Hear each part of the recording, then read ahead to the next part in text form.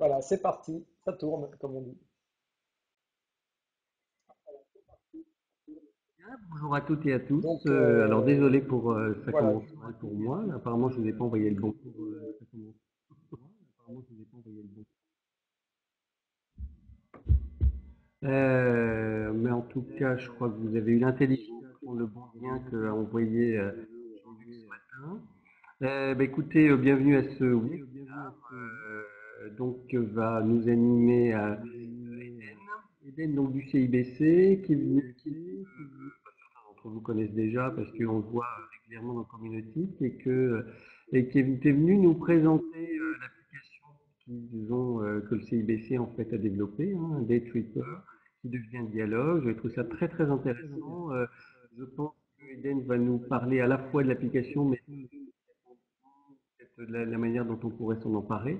On avait imaginé quelque chose au JTN, mais ça n'a pas été possible, donc c'est l'occasion de relancer la chose. Voilà, j'ai pas grand-chose à dire d'autre, si ce n'est que je vous invite les uns les autres peut-être à dire à vos collègues community qu'à aller voir le calendrier du webinaire. Il y a pas mal d'ateliers, de groupes de travail, etc. qui se montent. Puis voilà, je laisse Jean-Luc et Hélène parler de dialogue ou de détrippeur. Donc, j'enlève ma caméra. Merci pour ok. l'intro, Christophe. Bonjour à tous. Alors, bonjour à tous. Bah, effectivement, on accueille Eden Jean-Marie donc aujourd'hui, comme vient de nous le rappeler Christophe. Euh, pour ceux qui sont habitués, euh, alors je vais couper, ou plutôt je vais demander à Christophe de couper son micro. Non, il est coupé, pardon. Alors, ah oui, alors je vais demander à Sylvie. Euh, voilà, Ah, mais je pense Sylvie, que je suis bête. Ils vont pas voilà. nous mettre nos caméras, je suis con. Hmm. Je suis trop Alors, habituée à être Bah animatrice. oui, t'inquiète pas. voilà. Donc pour Moi, ceux dis-moi qui, si. voilà, Et c'est Christina et pas plus Denis fort que qui ça. nous ont rejoints. Donc je vais leur demander de couper leur micro, de remettre leur micro quand vous avez besoin de prendre la parole. D'accord. François également donc est avec nous. Voilà. Si vous pouvez par contre couper le micro de votre côté, Christina, avec François, et Je dois puis couper mon micro. voilà, ce qui évitera d'avoir parce qu'on a un retour de son sinon. Voilà, on l'a fait. Voilà, super. Donc, comme d'habitude, pour ceux qui nous connaissent, qui ont l'habitude de participer au webinaire, ici donc pour ceux qui nous rejoignent peut-être pour la première fois, il y a de nouveaux noms qui apparaissent effectivement dans les participants. Bienvenue, enchanté de vous recevoir pour ce premier webinaire, on va dire, de la rentrée. Comme Christophe disait tout à l'heure, vous verrez, il y a un programme assez riche hein, sur tout cet automne, dont des webinaires à un rythme assez soutenu dans les semaines à venir. Et donc, celui avec Eden inaugure cette tournée. Donc, possibilité pour vous, bien évidemment, de mettre des messages dans le chat pour, j'irai plutôt m'interpeller et moi, je retransmettrai vos questions, vos interrogations à Eden, hein, soit à la fin, soit au fil de l'eau, en fonction du sujet, en fonction de vos questions. Et puis, vous avez aussi, bien sûr, la possibilité de prendre la parole, et on essaiera de vous laisser le plus possible de temps de parole à la fin, de façon, et pour prendre la parole, vous avez une petite main en haut à gauche, hein, vous cliquez, vous affichez comme quoi vous voulez prendre la parole, vous aimeriez prendre la parole, et vous pouvez donc utiliser ce qu'on appelle ces indicateurs d'état ou indiquer que quelque chose ne va pas. Voilà.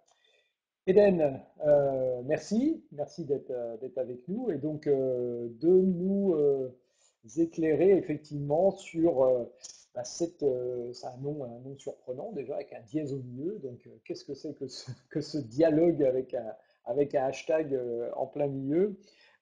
Comment est né tout ça? Enfin, qu'est-ce que fait cet outil et à quoi il sert et comment tout cela vous est venu? Eh ben, merci à vous et merci à tous d'être présents. Alors déjà, je pense que pour commencer, il s'agira de présenter plusieurs choses. Et je profite de la première diapo pour commencer par me présenter, présenter la structure. Je viens du CIBC Emploi Conseil, qui est basé à Évreux.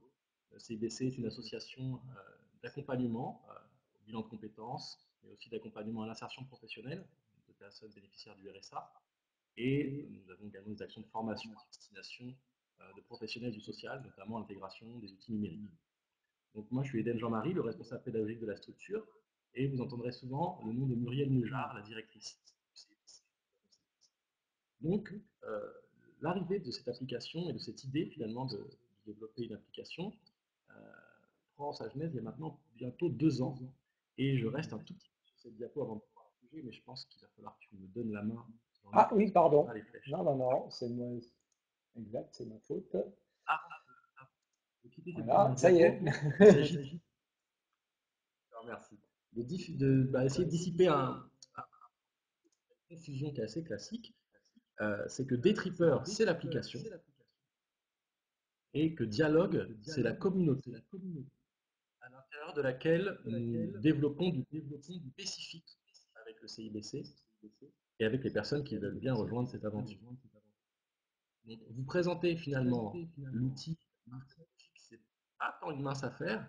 Donc, je me suis fixé comme objectif que vous puissiez comprendre quelle était notre intention au départ, comment celle-ci s'est concrétisée avec le temps, et comment vous pourriez rejoindre, si vous le souhaitiez, et si vous trouviez votre démarche utile par rapport à votre pratique, rejoindre l'aventure, parce que c'est possible. Et l'idée, c'est que ce webinaire est en fait l'intro de plusieurs temps forts qui vont arriver dans ce mois d'octobre. Donc, l'idée, c'est de commencer par présenter quelle était notre intention au départ. Et Alors, vis-à-vis de excuse-moi, Eden. Excuse-moi, je t'interromps parce que bon, moi, j'ai pas trop de soucis de son, mais a priori, il y a quelques personnes qui signalent là qu'elles ont des coupures qui sont liées effectivement au micro d'ambiance. Est-ce que éventuellement, voilà, tu as voilà, un petit écouteur? Je pense que ça évitera. En fait, c'est quand on bouge un petit peu qu'on a ce genre d'effet. Est-ce que c'est mieux? Alors, vas-y, on va essayer comme ça, mais je pense que normalement, ça devrait être mieux. Pas sûr que ce soit mieux. Alors, nous, on t'entend bien. Nous, on t'entend parfaitement bien. Il faut que toi, tu puisses aussi nous entendre, bien évidemment.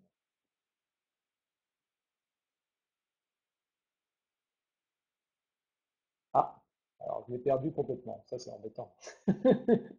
Il a dû vouloir refaire peut-être quelque chose et du coup, il s'est échappé de la salle. Effectivement, on avait fait un essai ce matin et ce matin, c'était plutôt bon. Mais voilà, c'est quand même, j'aurais dû quand même par précaution, euh, lui dire de se connecter tout de suite avec les écouteurs, parce qu'il évite des petits phénomènes de perturbation, même s'ils ne sont pas très importants, qui nous gênent toujours un petit peu. En fait, les micros qui sont intégrés aux ordinateurs portables, ça va bien, mais il faut être très stable et surtout ne pas bouger face au micro parce que sinon, bah, on a les effets que vous avez entendus tout à l'heure. J'espère que ça va très vite. On n'a pas de coupure d'un réseau, par exemple, de son côté. Ça serait bien embêté.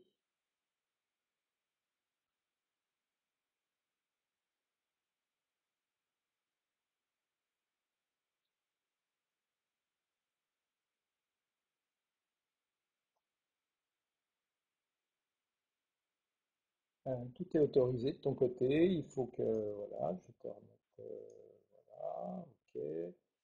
Je te passe en animateur. Il faut que tu valides, il faut que tu cliques sur ton micro si jamais il n'est pas activé, Eden, tu m'entends. Parce que je vois que ton micro n'est pas. Tu as bien le micro, mais ton micro est comme s'il était coupé. Donc, il faut que tu recliques sur le micro en haut à gauche. Normalement, ça se fait tout seul, mais peut-être que là, tu n'as pas eu le.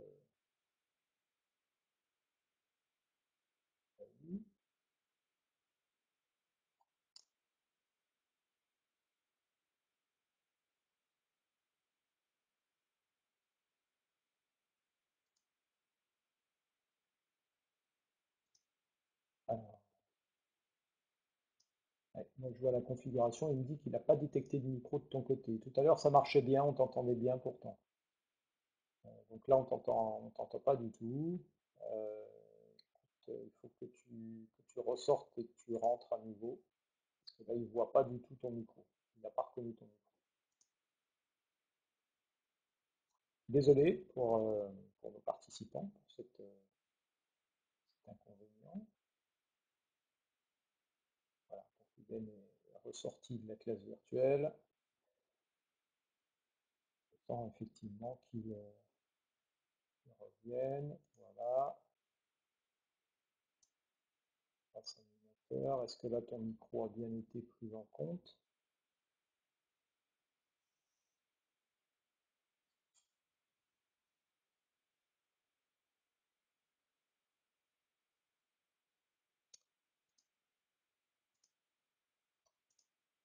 Toujours pas, a priori.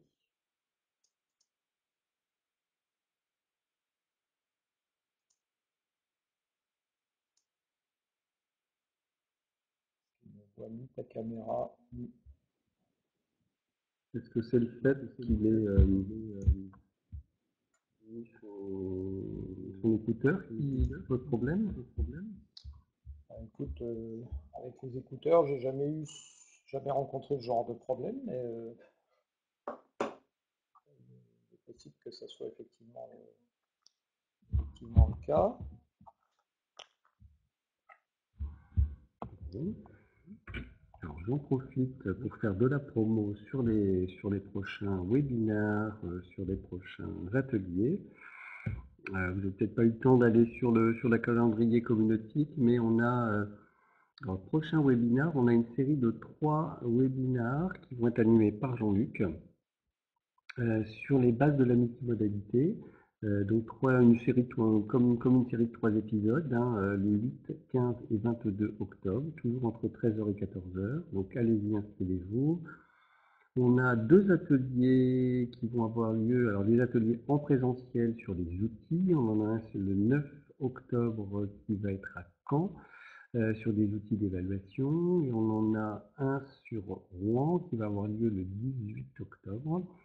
C'est sur la suite H5P que je ne connais pas, que je vais découvrir avec vous. Et puis alors si vous pouvez mettre dans vos petites tablettes, on va faire un séminaire, le séminaire annuel communautique, on va le faire le 11 décembre à Caen. Le dernier qui avait eu lieu en février 2017, donc il y a quasiment 2 ans, on l'avait fait au Havre, donc là on change, on fait pas Rouen, on fait Caen.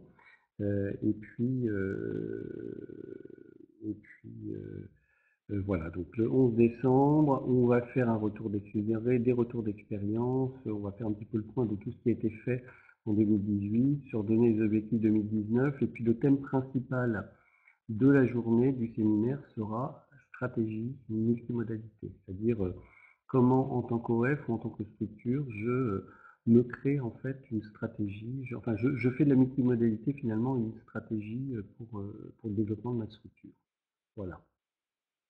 Donc 8, 15, 22 octobre, ce sont trois webinaires. 3 webinaires sur les bases de la multimodalité. Le 9 et 18 octobre, donc 2 ateliers en présentiel. En novembre, il y a aussi un autre webinaire. Et puis donc un séminaire. Voilà. Est-ce qu'on a retrouvé? Alors Eden va nous rejoindre, il va passer par la connexion téléphone parce que ça arrive quand effectivement on change la config en plein milieu. Quand on change quelque chose en plein milieu, son PC reconnaît plus le micro.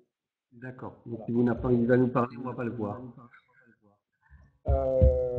C'est possible. C'est fort possible. Voilà. Alors, Eden, est-ce que tu... On a beau faire des essais parfois avant.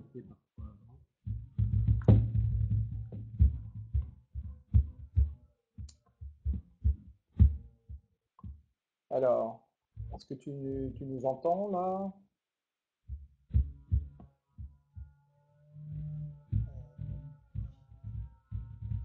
Alors, c'est peut-être le temps qui se connecte. Allô, allô?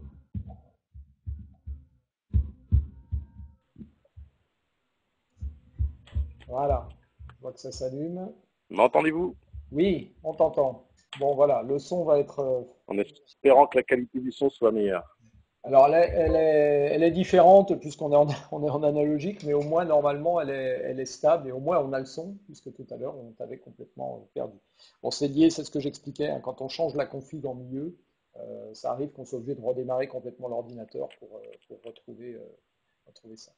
Bien, alors, Alors désolé. figurez-vous que ce qui était une mission compliquée s'avère encore plus difficile avec le temps qui m'est imparti, mais on va y arriver.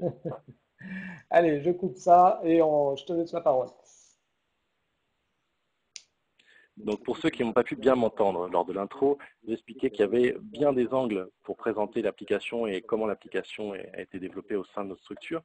L'idée, c'est que vous puissiez comprendre où on a voulu en venir, quelle était l'intention de départ, et peut-être, à l'issue de cette présentation, de comment vous pourriez rejoindre cette aventure, si tant est que vous trouviez notre démarche utile vis-à-vis de votre pratique. Donc j'avais commencé par vous expliquer qu'en tant qu'association d'accompagnement et de formation, on avait imaginé avec ma directrice Muriel Moujard développer une application qui puisse suivre nos bénéficiaires dans tous les temps de leur accompagnement, mais également de leur formation. L'idée étant que l'outil soit partagé. Donc ce qui nous a tenu à cœur, c'est faire en sorte que ce développement intervienne sur le territoire avec des conseillers, des structures, mais également les bénéficiaires. C'est-à-dire que très rapidement, on est arrivé sur une expérimentation action qui nous a permis, dès les premiers temps du développement, d'alimenter petit à petit les outils et les contenus que les bénéficiaires ont souhaité trouver dans cette application. C'est ce qu'on appelle les temps de résidence que certains d'entre vous ont peut-être constaté en allant voir le lien YouTube qu'on vous a partagé sur le mail. Donc cet ancrage territorial et cette co-construction qui est intervenue dès les premiers instants, elle a été très importante à nos yeux, non seulement par rapport aux valeurs qui sont les nôtres, mais surtout par rapport à l'objectif qu'on se fixait, c'est-à-dire que cet outil et que cette démarche, elle puisse correspondre aux pratiques des uns et des autres, en Normandie, par rapport à l'insertion professionnelle, donc aux différents conseillers et structures, mais également aux usages des bénéficiaires.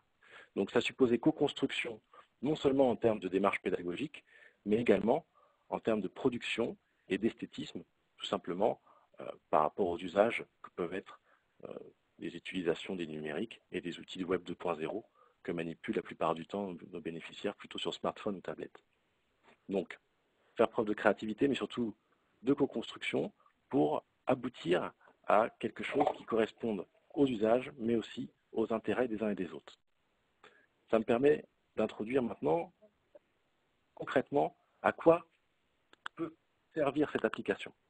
Et là, l'idée, c'est que non seulement ça puisse permettre aux personnes de capturer une expérience qui soit professionnelle, extra-professionnelle, une expérience digne d'intérêt pour eux, au sein de laquelle il sera possible par la suite d'identifier des compétences, et s'ils vont au bout de la démarche, pourquoi pas valoriser au sein de communication ces compétences et ces expériences. Je vous explique tout de suite, dès la prochaine diapo, comment ça fonctionne. L'idée, souvent, je présente cette application comme étant un Instagram privé et professionnel. Alors privé, vous le verrez ensuite pourquoi, c'est parce que le parti pris, c'est que ça alimente un journal qui soit personnel dans un premier temps. C'est-à-dire que les publications, ce qui est un petit peu contre-intuitif, vont d'abord intervenir pour soi. On va publier pour soi dans un journal de bord, finalement. Et seulement ensuite interviendront des publications à l'extérieur pour les autres. Comment ça se passe? Vous observez un premier écran sur lequel il va être possible de capturer une expérience. Tout simplement, vous allez avoir un écran sur lequel apparaît ce qu'il y a dans votre obturateur, c'est-à-dire ce vers quoi vous pointez votre smartphone ou votre tablette, vous le prendrez directement en photo, à moins que vous préférez importer une photo que vous ayez déjà dans votre galerie, ce que vous observez là, avec le petit pointeur que je vous montre. Le second écran, lorsque vous passerez avec la petite flèche, vous fait intervenir le groupe dans lequel vous allez pouvoir le partager, en l'occurrence notre communauté, puisque pour l'instant c'est celle-ci qui existe. Vous allez pouvoir raconter cette expérience. Alors, il peut s'agir d'un simple titre ou d'un peu plus, si sur le moment vous avez le temps aussi, plus tard vous voulez revenir à tête reposée pour alimenter cette description, on observe là en tout petit que ça va être 200 caractères la limite. Donc déjà là, il s'agit avec certains de nos publics d'un travail de synthèse et de mettre en avant des choses qui seront essentielles par rapport au moment qu'on aura capturé. Le troisième écran que vous observez ensuite permet de vous rendre compte qu'il est possible d'ajouter un lien vers l'extérieur. Puisque comme le média est la photo, vous le verrez, c'est par rapport à la photo et les photos qu'on prend qui vont être le support de nos descriptions, il nous a été fait souvent la remarque qu'il était dommage de ne pas pouvoir incorporer par exemple de vidéos. Donc c'est ce que j'ai fait sur cet exemple, la possibilité d'ajouter un lien par exemple vers une vidéo qu'on aurait uploadée sur YouTube ou sur une autre plateforme. En l'occurrence, c'est le lien que je vous ai partagé par le biais de Christophe et Jean-Luc sur le mail. Donc si vous me suivez bien, là, pour l'instant, on a capturé avec une photo un moment, on va le décrire, pourquoi pas y associer un lien, que ce soit vers une plateforme, une vidéo ou un compte, un profil, que ce soit sur les réseaux sociaux professionnels ou autres, en tout cas un lien vers l'externe. Les écrans suivants vont permettre la géolocalisation. Alors, je vous ai montré les deux façons sur cet écran. Soit automatiquement, parce que vous avez activé votre GPS, et du coup, la photo va directement être reconnue en fonction de là où elle a été prise, en l'occurrence à Évreux, pour cette photo, avec l'heure et la date exacte du moment où elle a été prise. Mais si par hasard, vous ne souhaitez pas, parce que c'est possible, ne pas être géolocalisé avec ce GPS, ou que vous importez une photo qui a été prise précédemment, il est tout à fait possible de taper l'adresse dans cet petit espace et de géolocaliser vous-même, de localiser vous-même finalement le lieu où vous aurez pris cette photo et capturé cet instant. Donc, c'est aussi souvent ce qu'on peut entendre, une crainte qui est tout à fait justifiée de flicage, ce dans quoi on ne veut absolument pas tomber, ou en tout cas un biais qu'on ne voudrait pas que les structures s'emparent de cette possibilité-là.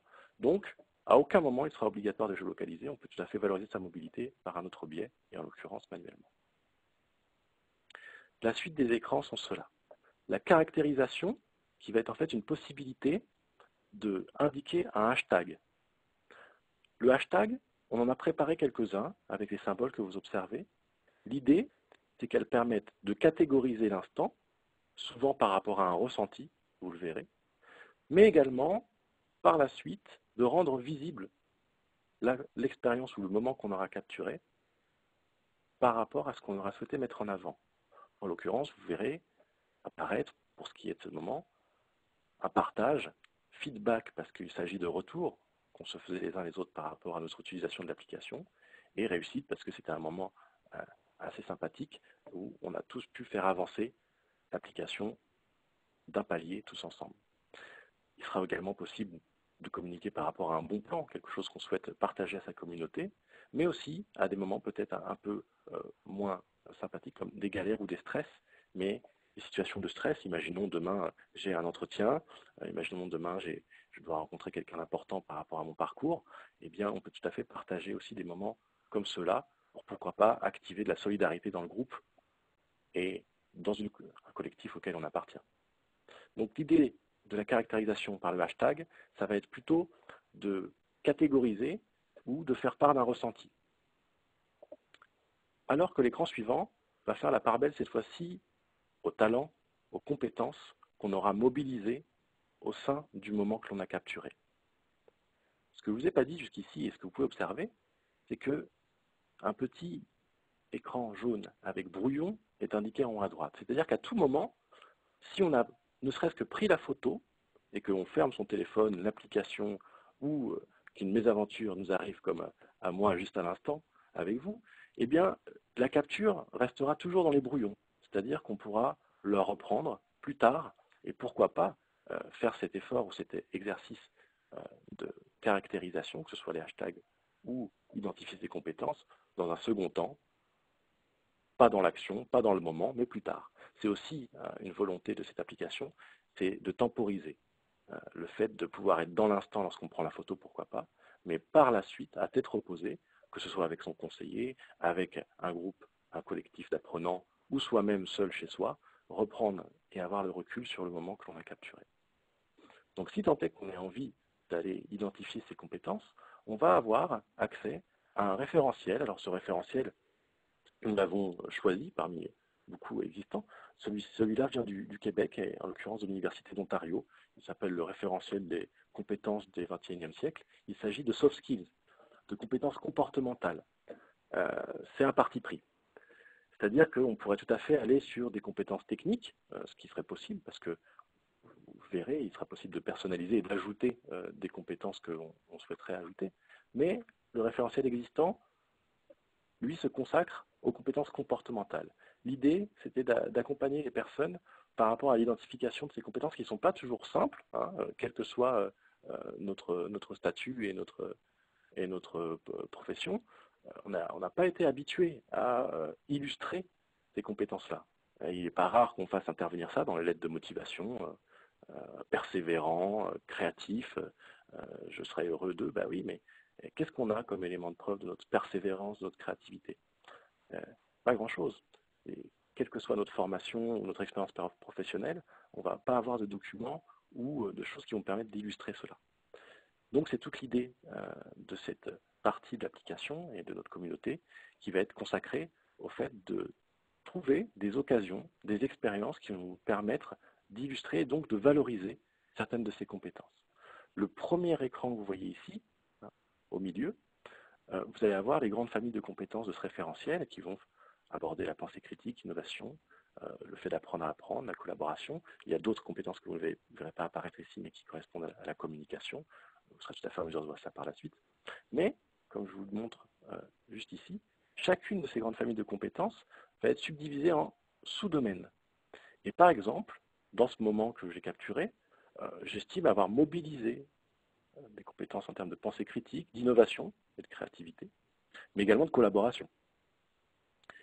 Je vais aller faire un focus au sein de la famille de compétences innovation-créativité sur le fait que l'apport de solutions, l'amélioration d'une idée existante et la prise de risque ont été des sous-domaines sur lesquels j'estime avoir mobilisé des compétences. Parce qu'il est très important de se rendre compte qu'on est sur le fait d'avoir mobilisé, donc comme vous le voyez, pas utilisé ou beaucoup utilisé une compétence. On ne va pas être dans la performance. Il ne s'agit pas de dire si on a été bon ou si on n'a pas fait preuve de performance par rapport à vis-à-vis de telle ou telle compétence. Il s'agit de déclarer et d'estimer qu'on a mobilisé plus ou moins telle ou telle compétence. Donc bien d'engager cette réflexion et d'amener les personnes à cette réflexivité sur est-ce que j'ai mobilisé cette compétence au sein de telle situation. Ensuite, le partage. Une fois qu'on est content de sa publication, pourquoi pas la partager? Dans un premier temps, comme je vous le disais, le brouillon rentre dans notre journal personnel et est complètement privé. D'ailleurs, par défaut, chacune de nos publications sera privée.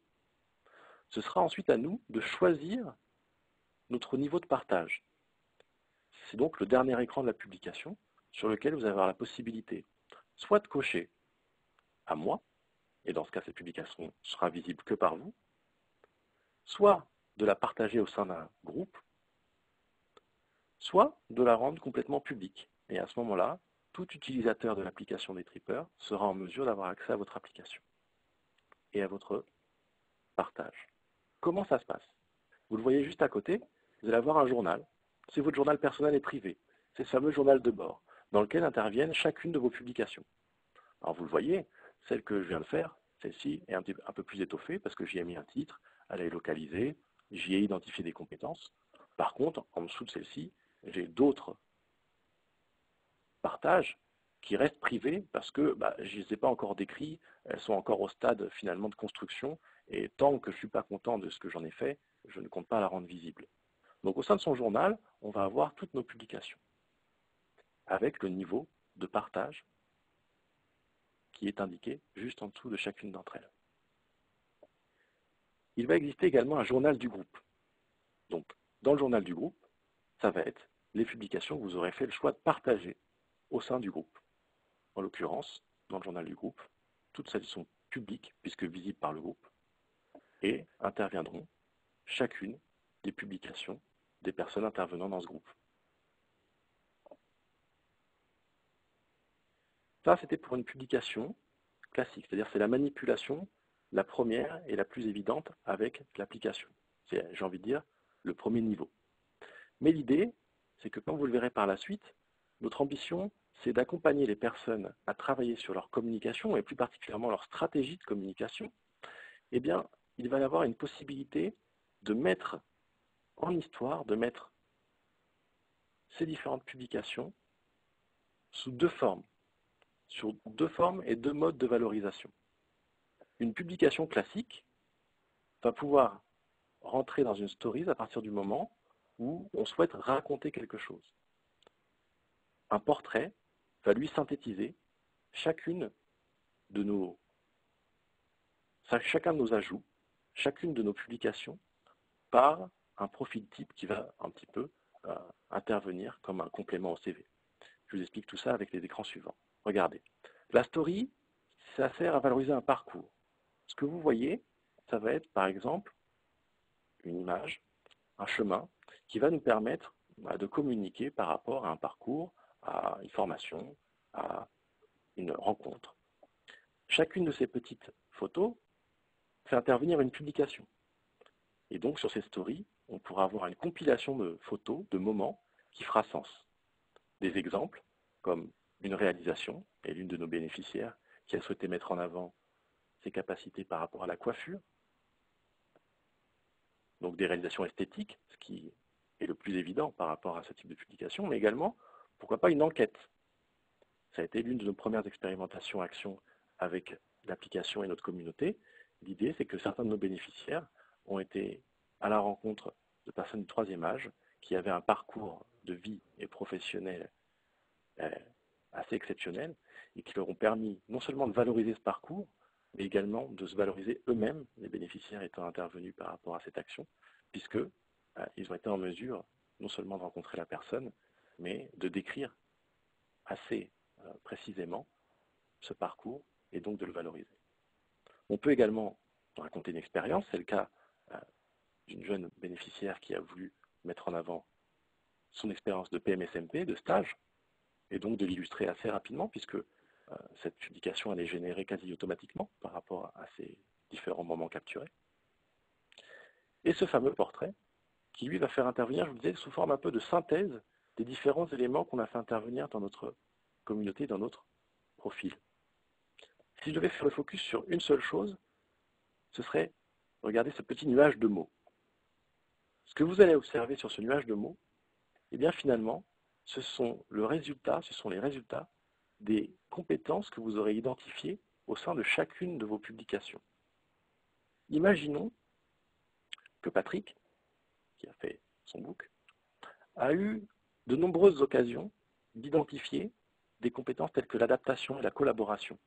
Eh bien, celles-ci vont intervenir de façon assez importante, ce que vous arrivez à les voir, et donc le renseigner sur le fait qu'il a un certain nombre d'expériences qui lui permettent d'illustrer et d'avoir des éléments de preuve par rapport à la présence de ces compétences-là.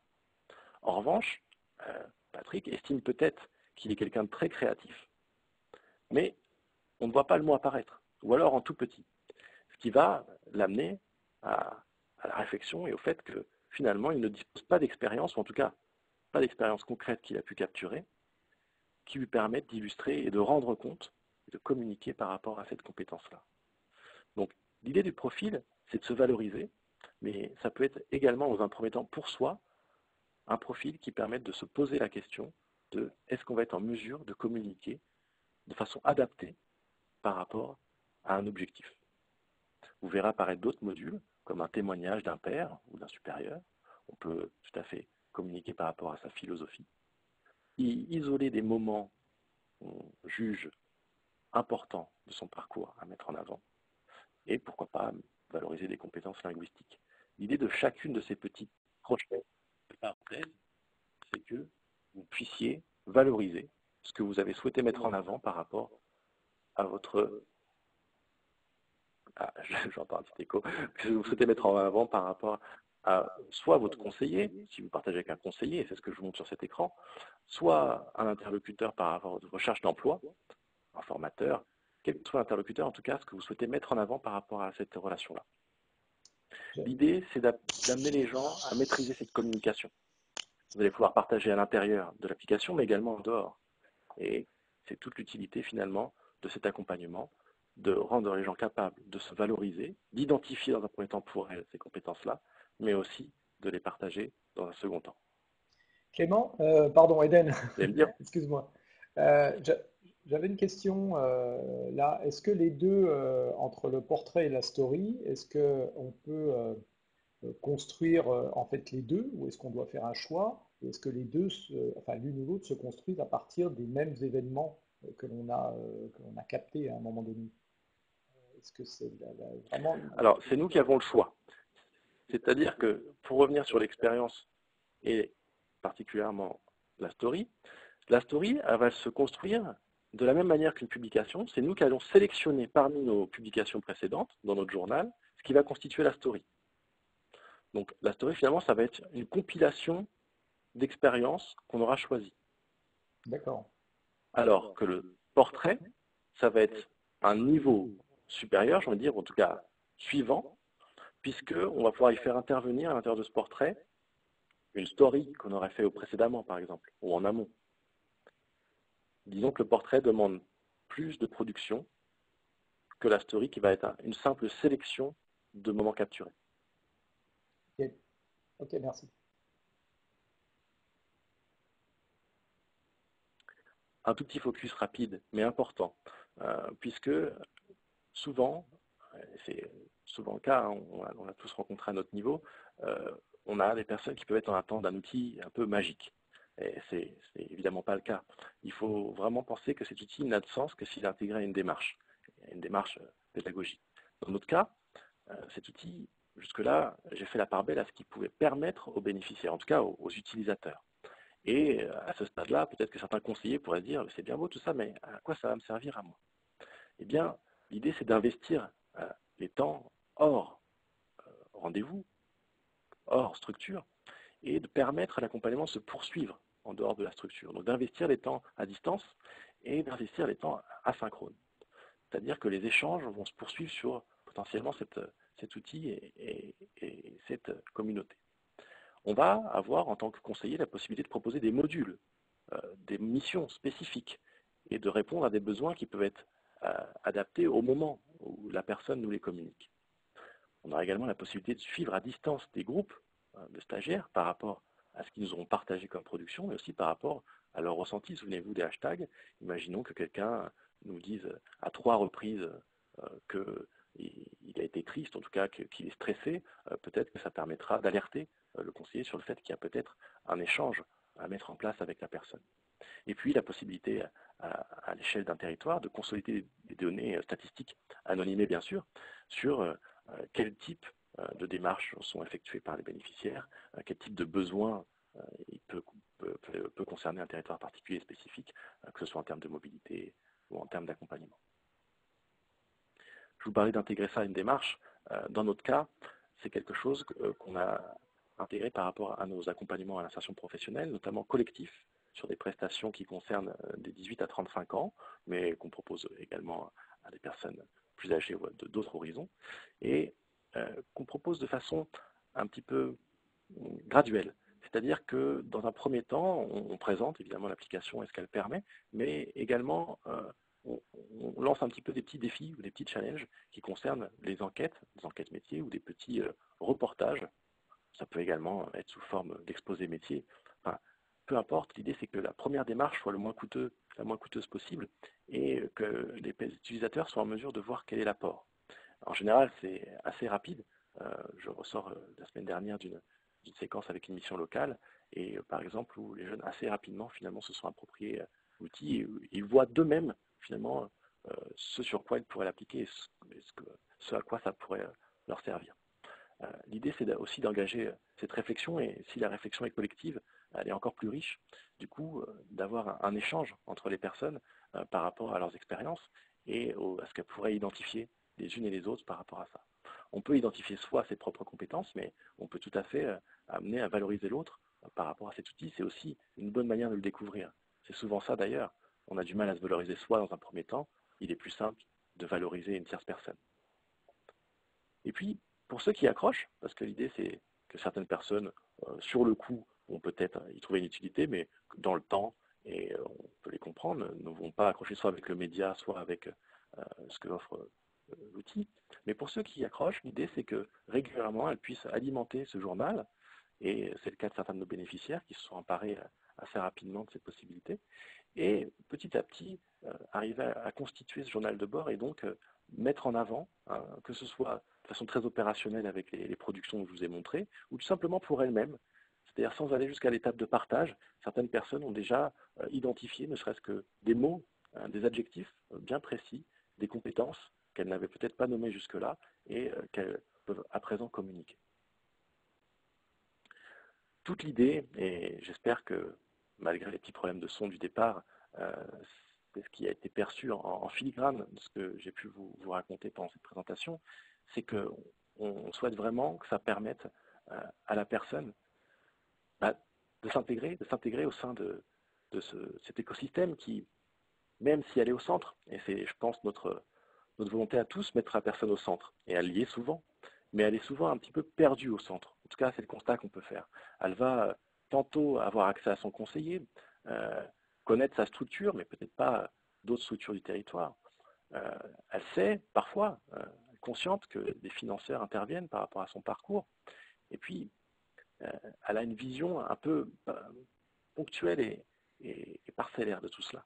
Nous, ce qu'on souhaite avec cette démarche-là, c'est non seulement que la personne soit en capacité de se valoriser et de communiquer par rapport à ses talents, mais aussi qu'elle dispose d'un outil qui soit connu de chacun, c'est-à-dire que les structures, que le territoire, les financeurs et les conseillers puissent savoir de quoi ils retournent, pour que la personne puisse faire partie à part entière de cet écosystème et qu'elle puisse interagir de manière à valoriser son investissement et son engagement auprès de chacun de ses interlocuteurs.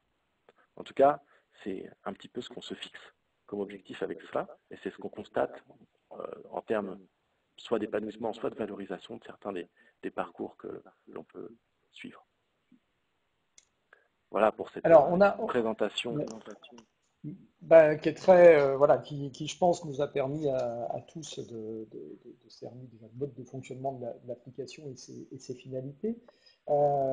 Sur des points assez précis, on a une question par exemple de Denis qui se demande effectivement, sur quelle durée, sur quel timing se réalise ce parcours. Est-ce que c'est quelque chose que les bénéficiaires utilisent sur quelques semaines, quelques mois? Comment, par expérience aujourd'hui, s'est faite la mise en œuvre?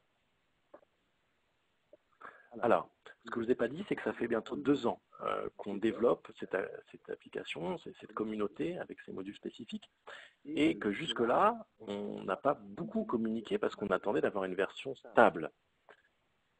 Cette version stable, elle est imminente puisqu'elle va sortir sur les stores dans à peu près 2 semaines.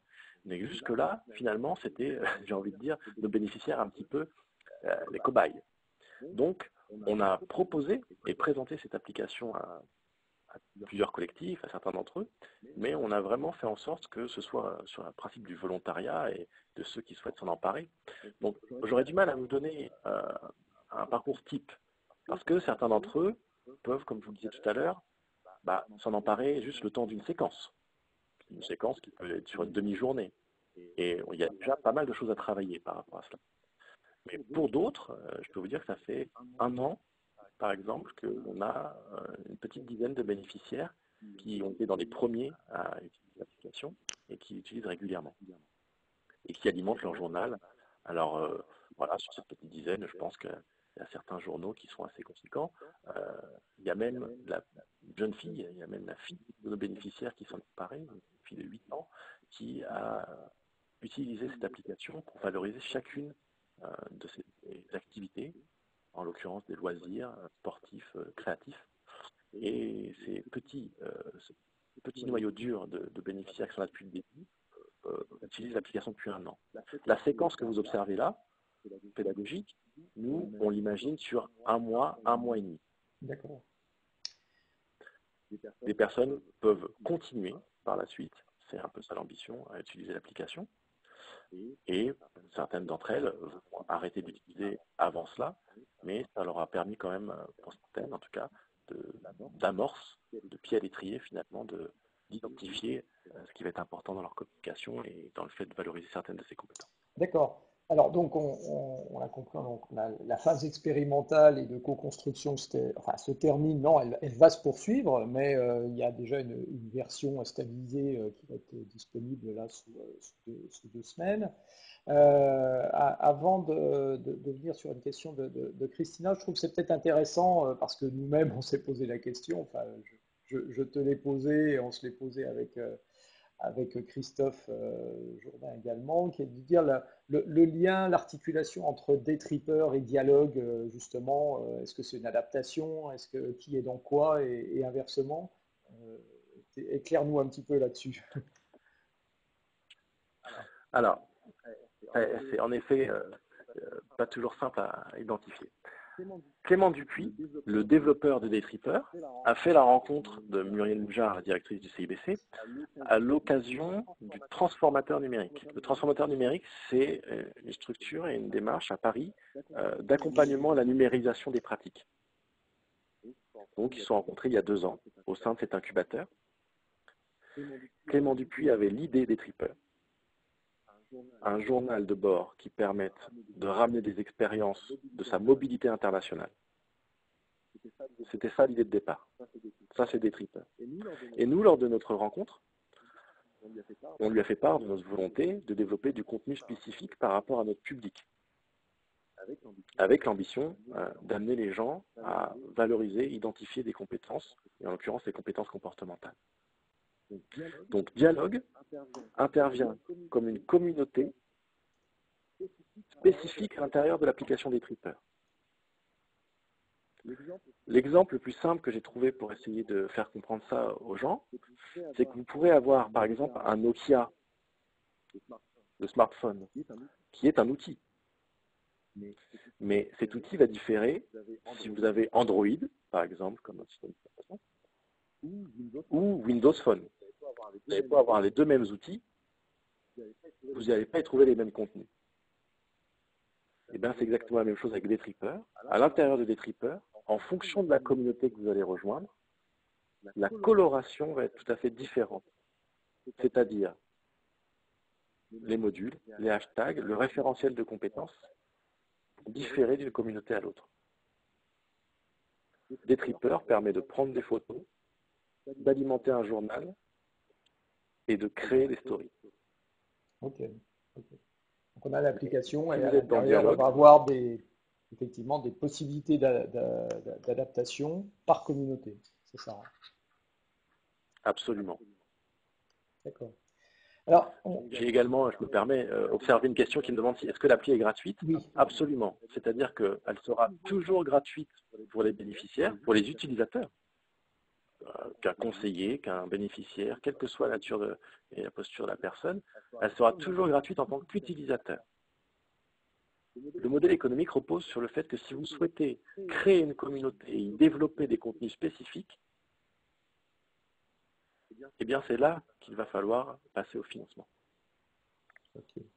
Alors, on a 2 questions qui se rejoignent un petit peu, qui portent autour d'essayer de faire des parallèles ou plutôt est-ce que Dialogue, et autour du coup, on a bien compris le Dialogue Détrippeur, l'application. Est-ce que ça se rapproche d'un portefeuille de compétences? Est-ce que ça peut se rapprocher d'un livret de suivi, un petit peu comme il existe le livret d'apprentissage? Est-ce que ce sont des choses qui peuvent se substituer ou qui sont plutôt à positionner en complément? Si on prend par rapport au portefeuille de compétences, et on parle beaucoup de e-portfolio depuis quelques années, est-ce que c'est un e-portfolio ou est-ce que c'est autre chose? Et dans ce cas-là, comment on le positionne? Eh ben, j'ai envie de dire que ça va être à votre propre jugement. Dans notre cas, on voit tout à fait la substitution possible. Souvenez-vous que nous avons imaginé cette application par rapport à l'insertion professionnelle de bénéficiaires du RSA. On y tient, parce que c'est toujours par rapport à cette action-là que l'on développe l'application. En revanche, on ne peut pas empêcher les gens d'y voir une utilité par rapport à d'autres prestations comme le bilan de compétences, la VAE, parce qu'on voit tout à fait l'utilité d'illustrer et d'avoir des éléments de preuve par rapport à ces apprentissages ou ce développement de compétences. Donc on peut tout à fait imaginer que ça puisse se substituer à un portefeuille de compétences. Après, on peut tout à fait imaginer le fait de le fusionner. Enfin là, ça va être libre à l'imagination et à la créativité, j'ai envie de dire, du conseiller. Mais évidemment que les terrains d'adaptation sont nombreux et nous, on est assez contents en général de constater que ça crée un certain enthousiasme au sein parfois d'actions ou de démarches qu'on n'avait pas forcément projetées. Et ça peut être le cas évidemment des formations en situation de travail. L'idée de ces FEST qui va demander parfois d'arriver à illustrer quels peuvent être ses besoins en formation et les résultats de ces formations sur nos activités. Donc on peut tout à fait imaginer des champs d'adaptation et d'action assez divers par rapport à l'application. D'accord. Et ce qui sous-entend que la story ou le portrait que tu nous as montré tout à l'heure ait une certaine pérennité dans le temps. Parce que si ça s'arrête, je vais pousser jusqu'à l'absurde, je ne suis plus bénéficiaire du RSA, hop, je suis sorti, et heureusement, je suis sorti effectivement de ce champ-là, pouf, mon application ne serait plus accessible. Ça paraîtrait un peu aberrant. Il faut que ça continue de vivre, on imagine. Bien sûr, et c'est toute l'idée des communautés, c'est-à-dire que, imaginons, actuellement existent des communautés de day-trippers, donc de dialogue, la nôtre, mais également d'Erasmus Europe. Imaginons un bénéficiaire qui soit en apprentissage, dans un premier temps définit un projet professionnel au sein d'un CIBC, il se forme, et au sein de sa formation, il est amené à partir dans un pays européen dans le cadre d'Erasmus en tant qu'apprenti. Il rejoindra une autre communauté qui lui permettra de valoriser d'une autre manière son parcours. Donc évidemment que l'ambition, c'est que cette application, elle puisse suivre les personnes tout au long de leur parcours et tout au long de leur parcours de formation, tout au long de leur vie. Et donc, si tant est qu'elle le trouve utile tout au long de ce parcours. Et donc, en tant qu'utilisateur, en tant que bénéficiaire et utilisateur de cette application, je peux, à un instant T, faire partie de plusieurs communautés ou successivement faire partie de plusieurs communautés, si je comprends bien. Absolument. Je ne suis jamais enfermé dans une communauté. Une communauté me permet quelque chose, donc je pourrais intervenir dans plusieurs communautés. D'accord. Si on veut faire un parallèle à nouveau. En même temps, successivement. Voilà, un petit peu comme je peux utiliser LinkedIn, et au sein de LinkedIn, je peux être dans différents groupes qui sont des groupes de discussion différents.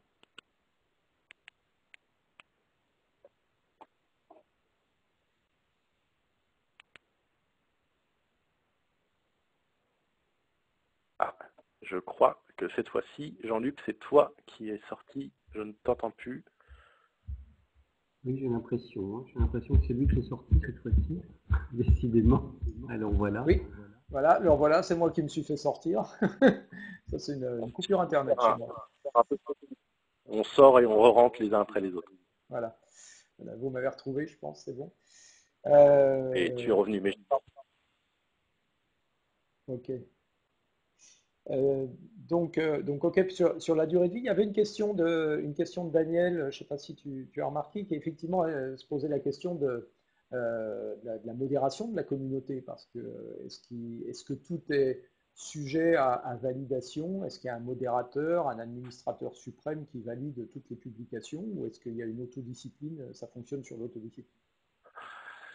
Ah, dans l'idéal, c'est que la communauté puisse se réguler, mais évidemment qu'il va y avoir un modérateur par communauté. On peut imaginer que pour l'instant, pour Dialogue, ce soit moi ou Muriel Mougin, ma directrice.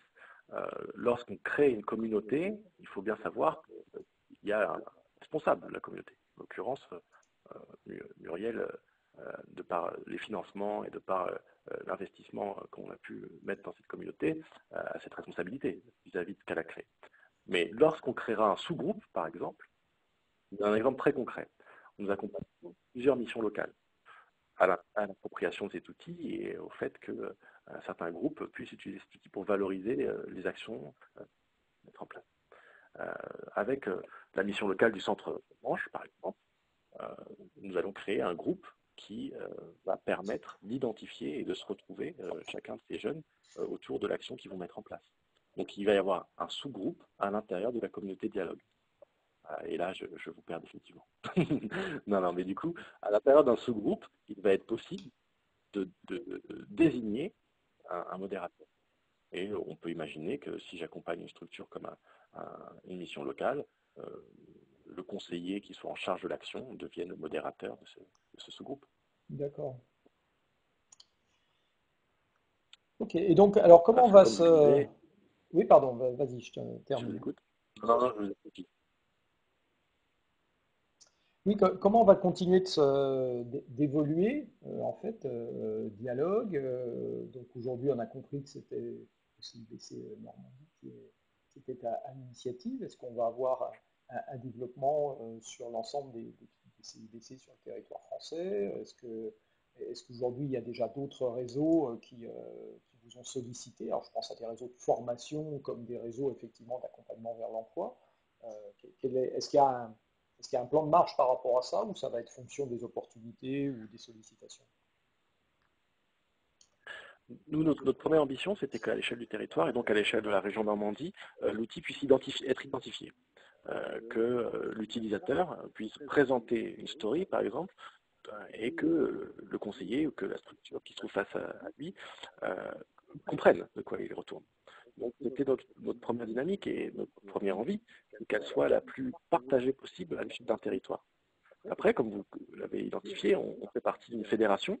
À l'intérieur de cette fédération nationale des CIBC, les structures qui souhaiteront s'en emparer mettront peut-être en place des communautés spécifiques, par exemple à des actions spécifiques. On a parlé de bilan de compétences, de VAE. Donc ça, c'est une possibilité et c'est déjà plus ou moins ce qui peut se passer. Après, il va y avoir d'autres dynamiques qui sont peut-être identifiées par certains d'entre vous, en l'occurrence les badges, les open badges dont la Normandie est la région pilote. Donc nous allons mettre en place des développements et des recherches actions qui vont être directement liées au fait de peut-être badger les compétences, badger l'engagement.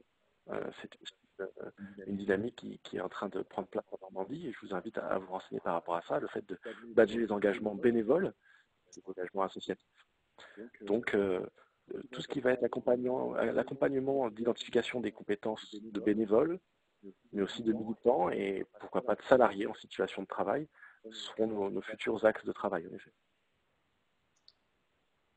D'accord, merci. Alors, pas d'autres. Je vois qu'il est bientôt 14 heures. On sait qu'en général, chacun d'entre vous se cale pour peut-être reprendre ses occupations, quelles qu'elles soient, à partir de 14 heures. Une question peut-être encore pour profiter de la présence d'Eden, si un point complémentaire. En tout cas, moi, je souhaite vous proposer nos services si vous le souhaitez, parce que au-delà de l'outil, nous sommes tout à fait en capacité, en tout cas pour ce qui est de la région, puisque nous avons des financements à l'échelle de la région Normandie, d'accompagner des actions qui peuvent prendre place dans des quartiers prioritaires de la ville, quelle que soit la commune de la région Normandie. Nous avons également la possibilité d'accompagner, quelle que soit finalement la structure, à l'appropriation de l'application et pourquoi pas au développement de contenus spécifiques à l'intérieur de cette application. Donc n'hésitez pas à prendre contact soit avec moi, soit avec Clément Dupuis, le développeur de l'application, mais on sera toujours content et en capacité soit de vous donner plus d'éléments par rapport à ça, soit même de vous accompagner très concrètement sur le territoire et sur les actions que vous souhaitez mettre en place.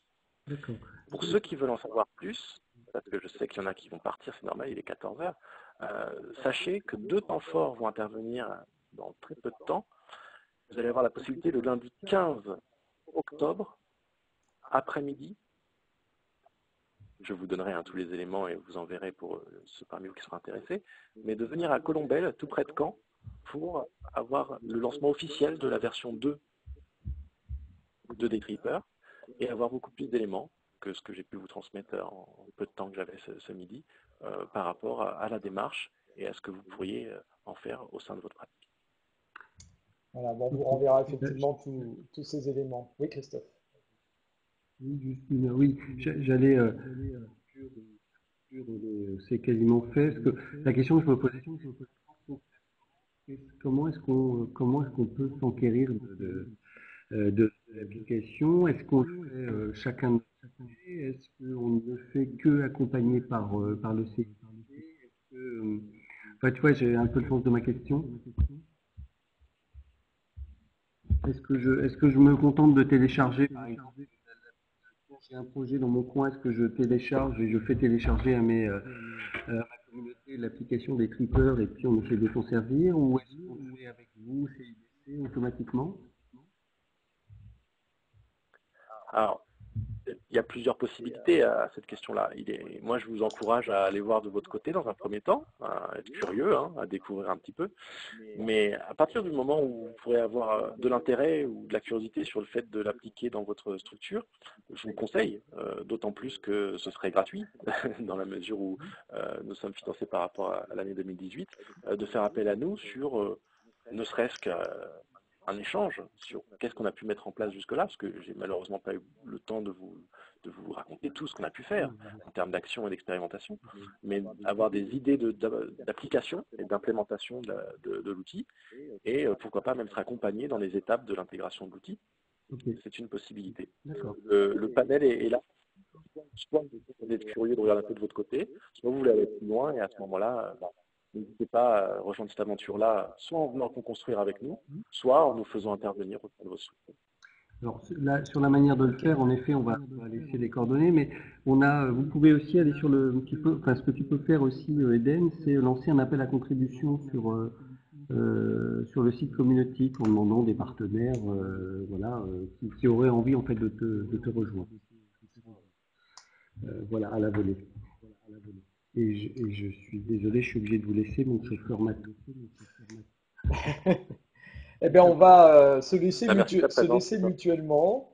Merci. Alors, je vous ai affiché le lien vers l'évaluation classique des webinaires. Ça, pour ceux qui ont l'habitude, vous connaissez. Mais n'oubliez pas effectivement de cliquer, de prendre 2 minutes pour évaluer, donner votre avis, donner des idées également, que ce soit par rapport au sujet d'aujourd'hui ou par rapport à d'autres sujets de webinaire. On est toujours à l'écoute sur de nouveaux sujets que vous pourriez vous-même animer ou que vous aimeriez, auxquels vous aimeriez participer. Voilà, donc merci beaucoup de votre présence, merci encore à Eden, et puis longue vie, je pense qu'on a tous des idées qui ont germé autour de dialogue, et je pense qu'il y a de fortes chances que les uns et les autres reviennent vers toi. Une excellente fin d'après-midi à vous toutes et à vous tous, et puis à très bientôt pour d'autres événements de communautique, ateliers, webinars ou autres groupes de travail, puisque plusieurs d'entre vous font partie de groupes de travail. Merci à vous tous. Merci. Merci Jean-Luc.